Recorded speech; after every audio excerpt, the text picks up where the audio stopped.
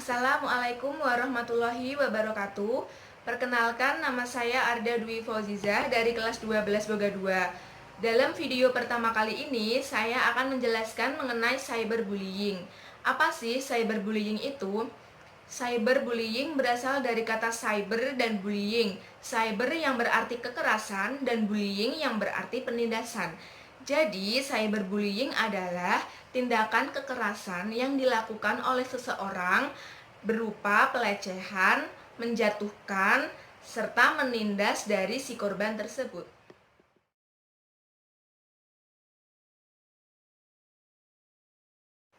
Oke, lebih lanjut, mari kita membahas mengenai macam-macam cyberbullying. Yang pertama, ada perselisihan yang menyebar. Hal ini terjadi karena adanya hal kecil yang kemudian dibesar-besarkan sehingga terjadi perselisihan hingga keduanya mencari kebenarannya masing-masing. Yang kedua, ada pelecehan. Hal ini terdengar tragis di telinga kita, bahwasanya pelecehan ini menjatuhkan harga diri kita serta mencoret nama baik kita. Yang ketiga, ada fitnah. Fitnah ini berupa kabar bohong yang dilakukan oleh seseorang terhadap orang lain dengan cara menjelek-jelekan, atau si pelaku tidak suka dengan si korban, bahwasanya si korban ini hanya orang baik, namun si pelaku tidak suka. Akhirnya si pelaku pun menjelek-menjelekkan si korban tersebut dengan cara memfitnah kepada orang lain. Yang keempat, ada cyber stalking.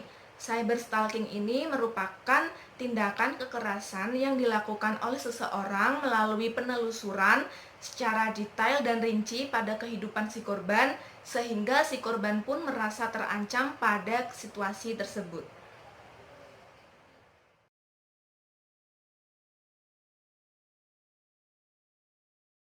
Dalam bullying mesti ada dampak negatif. Dampak negatif tersebut diantaranya yang pertama, anak menjadi minder dan tidak percaya diri. Misal si A sedang melakukan kreasi dan berinovasi, namun si B tidak suka dengan hal yang dilakukan oleh si A. Akhirnya si B pun mengancam si A, dan si A pun akan menurut dan tidak akan mengulangi hal yang sama lagi. Yang kedua, susah bergaul. Orang yang dibully akan susah bergaul dan susah berteman, serta orang yang dibully pun akan sulit bersosialisasi di kalangan masyarakat. Yang ketiga, merahasiakan dari keluarganya. Orang yang dibully akan merahasiakan permasalahannya dari keluarga, sebab orang yang dibully itu akan takut jika keluarganya nanti tidak terima dan keluarganya akan mengancam si pelaku. Si pelaku pun tidak terima dengan omongan yang dilakukan oleh keluarga si korban. Akhirnya si pelaku pun menindas dan mengancam si korban. Akhirnya si korban pun menjadi takut. Yang keempat, ada suka murung. Orang yang dibully akan lebih suka menghabiskan waktu sendirian dan tidak bisa berteman dengan baik, serta tidak bisa bersosialisasi dengan baik karena suatu hal, yaitu tertekan.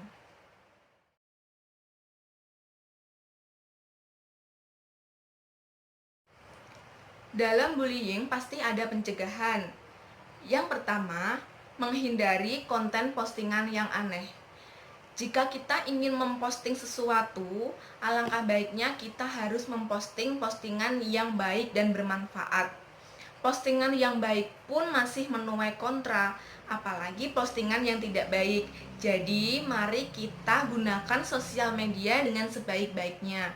Yang kedua, media sosial bukan tempat untuk bercerita. Sosial media bukan tempat untuk menyindir seseorang, melainkan sosial media ialah media yang digunakan untuk mencari informasi terkini dan yang sedang booming di kalangan masyarakat. Yang ketiga, selektif dalam memilih teman. Dalam bergaul, teman sangatlah perlu. Namun, kita harus waspada dengan memilih teman. Teman yang baik akan menjadikan diri kita baik. Begitupun sebaliknya.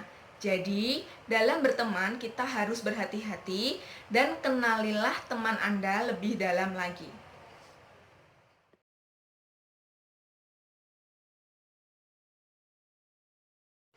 Lanjut, mari kita sekarang membahas tentang metode anti-bullying. Yang pertama, mengefektifkan konseling. Dalam sekolah, guru harus melakukan pembinaan kepada siswa tentang kasus bullying. Minimal pembinaan tersebut 1 minggu sekali. Yang kedua, melakukan komunikasi dengan anak.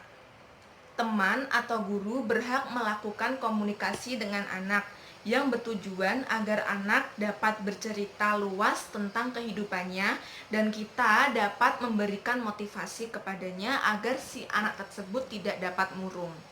Yang ketiga, membuat kebijakan. Di dalam sekolah, kita harus menaati kebijakan yang berlaku. Dalam sekolah, sekolah pun harus memberikan sanksi kepada pelaku yang melakukan bullying dengan sanksi yang berat serta diatur oleh hukum. Yang keempat, memberi motivasi. Teman atau guru berhak memberi motivasi kepada siswa. Teman harus mendengarkan cerita yang dialami oleh si pelaku atau si korban, sehingga si korban pun bisa bercerita dengan enak dan kita mendengarkannya bisa langsung mengambil idenya dan kita harus bisa mengasih motivasi kepadanya. Yang terakhir, melakukan pengawasan dari luar. Guru harus berkomunikasi aktif dengan orang tua. Begitupun orang tua harus berkomunikasi aktif dengan temannya.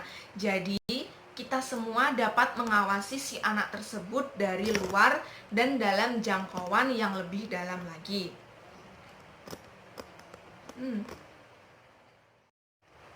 Demikianlah pemaparan yang dapat saya sampaikan. Semoga bermanfaat dan semoga di Indonesia tidak ada lagi korban bullying, khususnya di Kota Semarang. Semoga angka bullying semakin turun dan dapat mensejahterakan kesejahteraan masyarakat sehingga Kota Semarang menjadi kota anti bullying. Jangan lupa like dan subscribe video ini. Bila Anda salah kata, mohon maaf yang sebesar-besarnya. Wassalamualaikum warahmatullahi wabarakatuh.